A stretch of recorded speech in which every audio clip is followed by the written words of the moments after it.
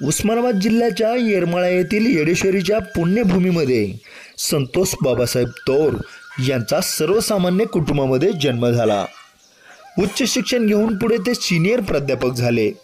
तब्बल 11 वर्ष त्यांनी आडस आणि गेवराई या ठिकाणी अधिव्याख्याता म्हणून कार्य केले, परंतु ताशिका तत्वावरची ही नोकरी असल्याने त्यांनी ती सोडण्याचा निर्णय घेतला। नवीन काहीतरी करण्याचा विचार करून त्यांनी आपले गाव गाठले। गावातील बेरोजगारांना रोजगार उपलब्ध होईल असे काहीतरी करण्याचा त्यांनी ठाम निर्धार केला आणि जनहित पतसंस्था उभी केली। त्या माध्यमातून अनेकांच्या ठेवी विश्वासाने घेतल्या व अनेक गरजूंना त्यांचे वाटप केले। हे काम पुढे मोठ्या प्रमाणावर वाढत गेले आणि यामध्ये संतोष तौर यशस्वी झाले। पुढे मग ते सहकार भारतीचे जिल्हाध्यक्ष झाले, पतसंस्था फेडरेशनचे तालुका अध्यक्ष झाले, जनहित कृषी विज्ञान मंडळाचे अध्यक्ष झाले आणि आर्थिक क्षेत्राबरोबरच सामाजिक क्षेत्रातही त्यांनी उल्लेखनीय कार्य केले। यामुळेच ते आज या जिल्ह्यामध्ये एक यशस्वी व्यक्तिमत्व म्हणून ओळखले जातात। या माध्यमातून ते लोकप्रिय झालेले आहेत। म्हणून अशा या कर्तबगार व्यक्तिमत्वाच्या आजवरच्या जीवनकार्याचा आढावा घेण्याकरिता आमचे मुलाखतकार संतोष रोकडे यांनी त्यांच्याशी साधलेला हा विशेष संवाद पहा न्यूज 1 महाराष्ट्र वाहिनीवर।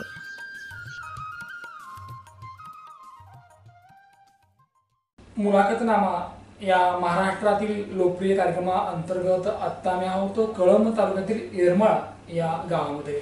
या गावचे भूमिपुत्र संतोष बाबासाहेब तौर यांची मुलाखत आज आम्ही आयोजित केली आहे। एक सिनियर लेक्चर, एक प्राध्यापक ते या ठिकाणी सहकार भारतीचे जिल्हा अध्यक्ष, त्याचबरोबर पतसंस्था फेडरेशनचे तालुका अध्यक्ष आणि जनहित कृषी विज्ञान मंडळाचे सन्माननीय अध्यक्ष, हा प्रवास लाभलेले सन्माननीय संतोषजी यांची मुलाखत आज आम्ही आयोजित केली आहे। या मुलाखतीच्या अनुषंगाने अनेक गोष्टी आहेत, अनेक प्रश्न आहेत, सरांना आपल्याला विचारायचे आहेत। संतोषजी, मुलाखतनामा या कार्यक्रमात तुमचं स्वागत। या मुलाखतीच्या सुरुवातीला मला विचारायला आवडेल की येरमाळा तसं हे या जिल्ह्यातलं नव्हे, महाराष्ट्रातलं एक लोकप्रिय गाव आहे। या ठिकाणी अनेक भक्त मंडळी आलेले असतात आणि देवीचं गाव आहे खरं तर हे। काय सांगाल नेमकं की अशा या पुण्यवंत गावामध्ये, या पुण्यवंत मातीमध्ये आपला जो जन्म झाला, सुरुवात नेमकी कशी झाली? म्हणजे तुमचं शिक्षण असेल, कौटुंबिक पार्श्वभूमी असेल, काय सांगाल? नमस्कार, मी संतोष बाबासाहेब तौर। खरं तर मी स्वतःला भाग्यवान समजतो की येरमाळ्यासारख्या येडेश्वरीच्या पावन नगरीमध्ये माझा जन्म झाला। माझं शिक्षण याच गावात झालं, म्हणजे प्राथमिक, माध्यमिक, उच्च माध्यमिक शिक्षण इथेच झालं।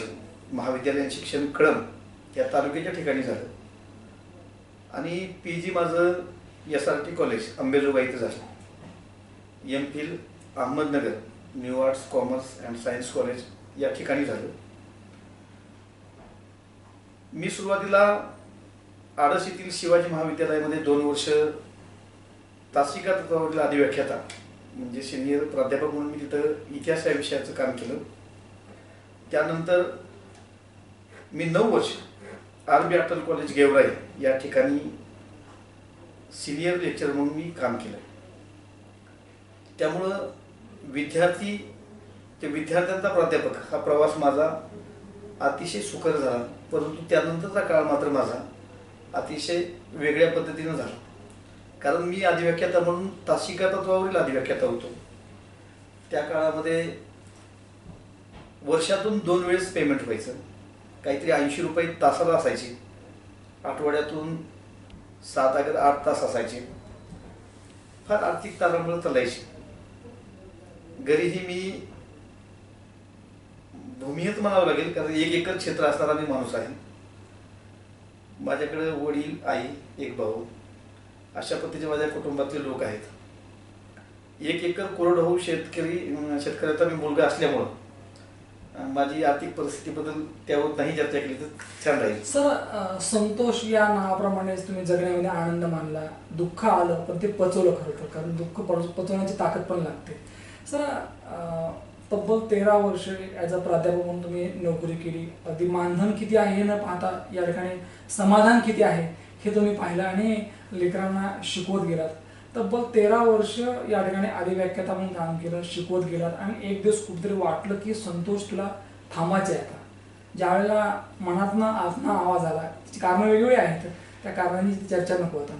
ज्यावेळेला आतनं आवाज आला की संतोष तुला थांबायचं आहे, तर त्यावेळेला मनाची नेमकी काय अवस्था होती आणि त्यातनं मार्ग कसा काढला? खरं तर ज्यावेळेस मी हा निर्णय घेतला तब्बल 11 वर्ष नोकरी करून गावी परतण्याचा, खरं तर अतिशय कटू निर्णय होता. त्याची फार वेगवेगळी कारणं होती, त्या कारणात मी जात नाही. परंतु महाविद्यालयाचा कॅम्पस सोडताना माझ्या मनाची स्थिती अत्यंत वेगळ्या पद्धतीची होती. कारण ज्या महाविद्यालयाच्या कॅम्पसमध्ये 11 वर्ष मी महाविद्यालयाचा प्राध्यापक म्हणून फिरलो, त्या महाविद्यालयाचं मी नातं तोडून निघालो होतो. अक्षरशः माझ्याकडे शब्द नव्हते. शब्द तर मी उच्चारले तर अक्षरशः माझा हंबरडा फुटणार होता. म्हणून माझा मित्र एका मोटरसायकलवर घेऊन मी बसस्टँडला आलो. बसस्टँडपासून गेवराई ते सरमकुंडी फाटा इथपर्यंत मी रडत होतो. आणि त्यानंतर मी ज्यावेळेस खाली उतरलो, तिथे ब्रेक असतो नाश्त्यासाठी, मी तोंडावर पाणी मारलं, थोडंसं अल्पोपहार घेतला आणि निर्णय घेतला की आता आपल्याला जगायचं, रडायचं नाही. आणि तिथूनच मी मनाशी निश्चय केला आणि माझ्या प्रवासाची मी सुरुवात केली. मन में कुछ आस थी, इसलिए आंसू पोच डाले, कारण काहीतरी करून दाखवणार मी, आणि म्हणून डोळ्यातनं आलेले जे अश्रू होते ते पुसून टाकले आणि एक निश्चय केला की मी काहीतरी करू शकतो. कारण आपण काहीतरी आहोत किंवा काहीतरी करू शकतो ही भावना सुद्धा माणसाला पुढे घेऊन जाते. कारण जगण्यात मजा आहे, मरण्यात नाही का? जेव्हा सर येरमाळा या गावी आलात, आई वडील भाऊ या सगळ्यांना जेव्हा तुम्ही कथन केलं की सोडलंय जग आता, म्हणजे कॉलेजचं, आणि नवीन आयुष्याला सुरुवात करायची आहे, त्यावेळेला घरातलं वातावरण कसं असेल? मी घरी आलो. खरं तर येताना खूप उशीर झाला, संध्याकाळी 9 वाजले. मी तसा 7च्या आत घरातला माणूस आहे. आल्यानंतर मी 2 दिवस कोणाशीच बोललो नाही. वडिलांनी एका दिवशी, तिसऱ्या दिवशी विचारलं गेवराईला जायचं नाही का? त्यावेळेस मी त्यांना सांगितलं की मी आता इथून पुढे गेवराईला जाणार नाही. मी गावामध्येच काहीतरी करून दाखवणार आहे, गावाच्या लोकांना रोजगार देणार आहे आणि मी सुद्धा बेरोजगार राहणार नाही. त्यावेळेस वडील म्हणले तुला जे करायचे ते कर, पण आमच्याकडनं 1 रुपया मिळणार नाही. आणि मी निश्चय केला तुमच्याकडनं 1 रुपया तर मला घ्यायचा नाहीच, परंतु मला लोकांना काहीतरी द्यायचं आहे असा निश्चय घेतला. आणि माझ्या जे बालमित्र होते गावामध्ये जे थांबलेले होते त्यांच्याशी चर्चा केली, त्यांच्याशी हितगुज केलं. आपल्या बेकारीची चर्चा करून आपण तर आपली बेकारी हटवूच, परंतु इतरांना सुद्धा आपण रोजगार देऊ अशा पद्धतीचा निश्चय झाला आणि त्यातून जनहित परिवाराचा जन्म झाला. निश्चित. सर, तुमच्या या प्रसंगी प्राध्यापक कवी मुकुंद राजपुंगे सर यांच्या काही कवितेच्या ओळी मला आठवतात. घर नव्याने पुन्हा बांधले पाहिजे, जळमटानं त्या जाळले पाहिजे, जरी जाचला कालचा पावसाळा तरी तुला धीराने तिथेच नांदले पाहिजे. मला वाटतं की तुम्ही अनेक गोष्टी सहन केल्या, त्रास झाला, परंतु निश्चय केला होता की नांदायचं तर याच ठिकाणी, आणि तेही अगदी मोठ्या दिमाखात. सर, येरमाळा या गावामध्ये जेव्हा सुरुवात केली आणि पतसंस्थेची उभारणी केली मित्रांना बरोबर घेऊन, मला एक विचारावंसं वाटतं की तसं तर एखादी सुरुवात करणं फार अवघड असतं.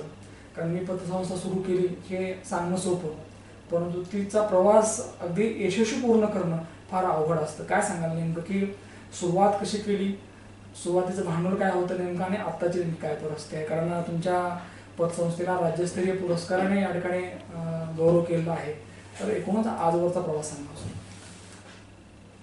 येरमाळा हे चौरस्त्यावरलं गाव आहे आणि येडेश्वरी देवीचंही गाव आहे, त्यामुळे भक्तांची रेलचाल ह्या गावामध्ये भरपूर असते.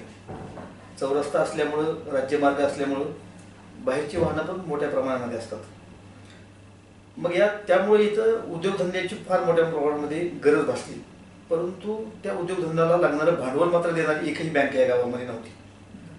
राष्ट्रीयकृत बँक होती ते कागदामध्येच बेजार करायचे. त्यामुळं नवउद्योगाचा तेवढासा उत्साह राहत नसायचा. पतसंस्था काढायची म्हटलं तर याच्यापूर्वी 2 पतसंस्था बंद पडल्या होत्या. त्या फार मोठी लोक होती. त्याच्यानंतर एक संस्था चालू होती, ते पण शेवटची घटका मोजत होती. काही लोकांना मी बोलून दाखवलं की आपण पतसंस्था काढू, लोकांना लोन देऊ, ज्यांच्याकडे उद्योग आहे त्या उद्योगामध्ये वाढ करू, ज्यांना नवीन उद्योग करायचा आहे त्यांना आपण कर्ज देऊ. हे म्हणले वेळा सगळं खरं आहे, पण पैसे आणणार कुठून? आणि एक तर हे एवढ्या प्रतिष्ठित लोकांच्या पैशावाल्यांच्या संस्था बंद होत आहेत, आपल्यावर विश्वास कोण ठेवणार आहे? हे म्हटलं काय नाही, आपण सगळेजण एकत्र येऊ. एकत्र आल्यानंतर आपण लोकांना ज्यांच्याकडे पैसे आहेत त्यांना विश्वासात घेऊ, आपल्या विश्वासावर त्यांचा पैसा आपल्याकडे ठेवून घेऊ. जे कोणी खुदकुरू असतील, ज्यांना नवीन व्यवसाय टाकायचा आहे त्यांना विश्वासात घेऊ, त्यांना लोन देऊ. ज्यांचे व्यवसाय आहेत त्यांना व्यवसायामध्ये वाढ करायची आहे अशा लोकांना पण देऊ. आणि याच्या व्यतिरिक्त कोणाचं शिक्षणाचा खर्चासाठी त्यांना पैसे कमी पडत असतील, मुलीच्या लग्नासाठी पैसे खर्च करीत असतील, घर बांधायचं असेल, शेती घ्यायची असेल, शेतीमध्ये नवीन काही सुधारणा करायची असेल, त्या अशा सगळ्या पद्धतीची आपण लोन आपण वाटायला चालू करू. आणि त्यामुळं आम्ही त्यावेळेस 1 लाख रुपये भाग भांडवलावर 2005 मध्ये जनहित पतसंस्थेची स्थापना केली. त्यावेळेस आमचं शेअर्स कॅपिटल 1 लाख रुपये होतं. 2005 पासून 2022 पर्यंतचा पतसंस्थेचा प्रवास अतिशय कष्टाचा आणि अतिशय मौल्यवान असं म्हणेल मी त्याला. कारण इतक्या लोकांची कामं या पतसंस्थेमुळे झालं आणि पतसंस्थेवरही लोकांनी प्रेम केलं. आज आमचा पूर्ण व्यवहार टर्नओव्हर 100 कोटी रुपयाचा आहे.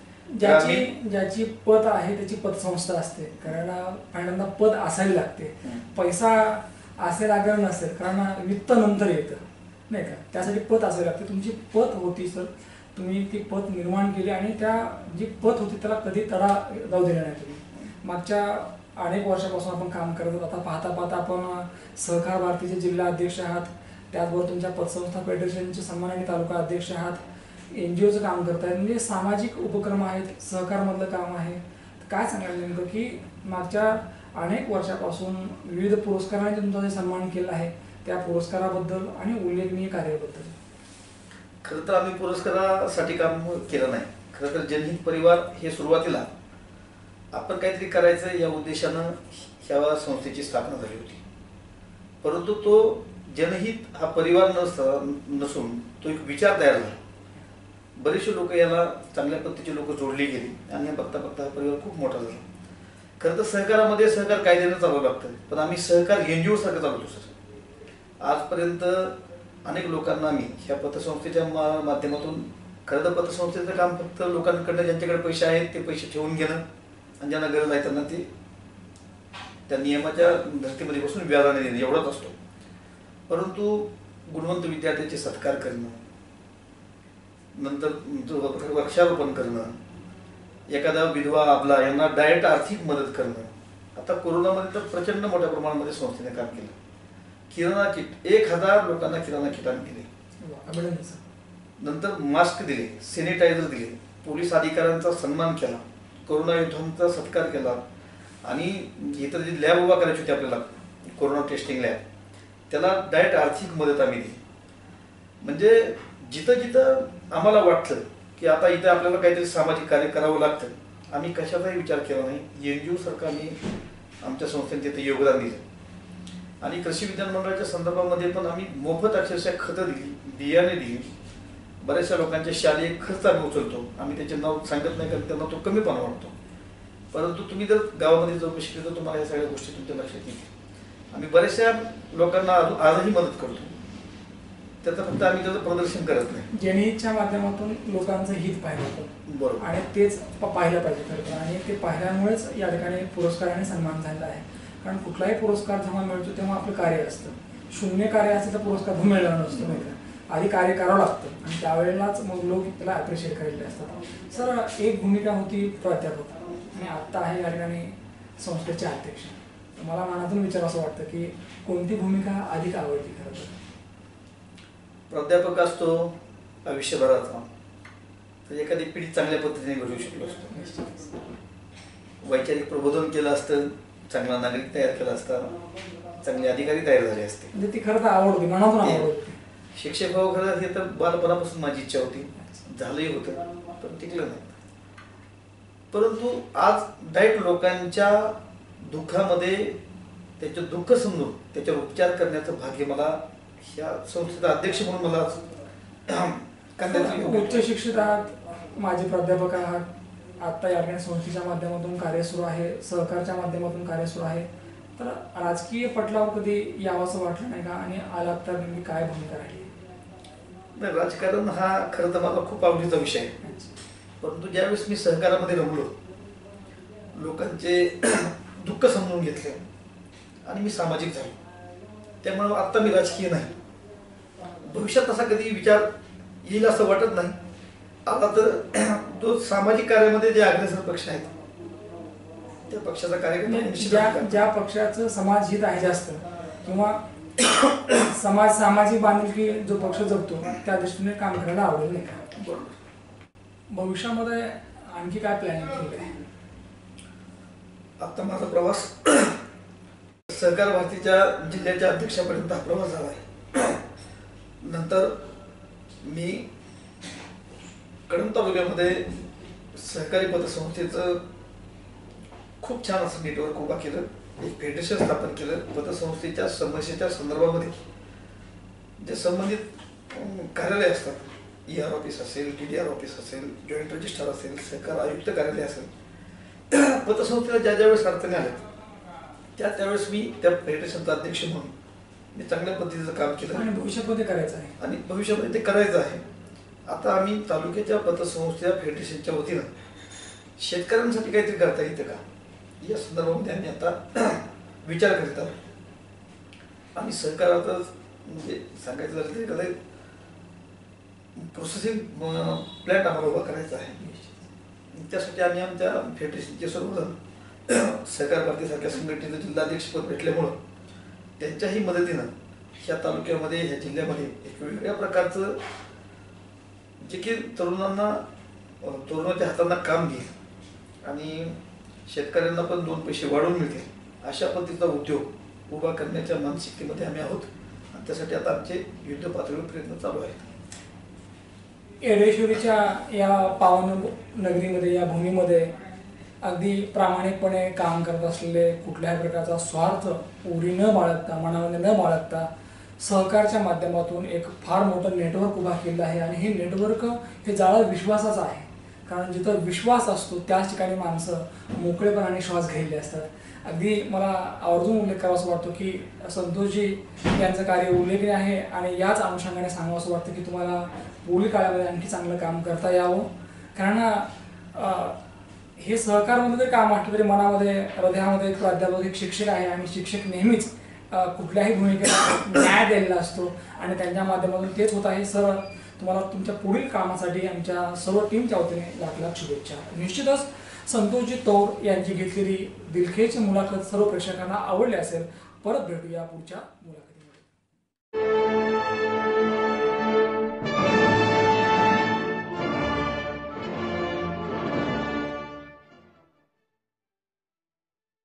महाराष्ट्रातील लोकप्रिय मराठी वाहिनी न्यूज1 महाराष्ट्र.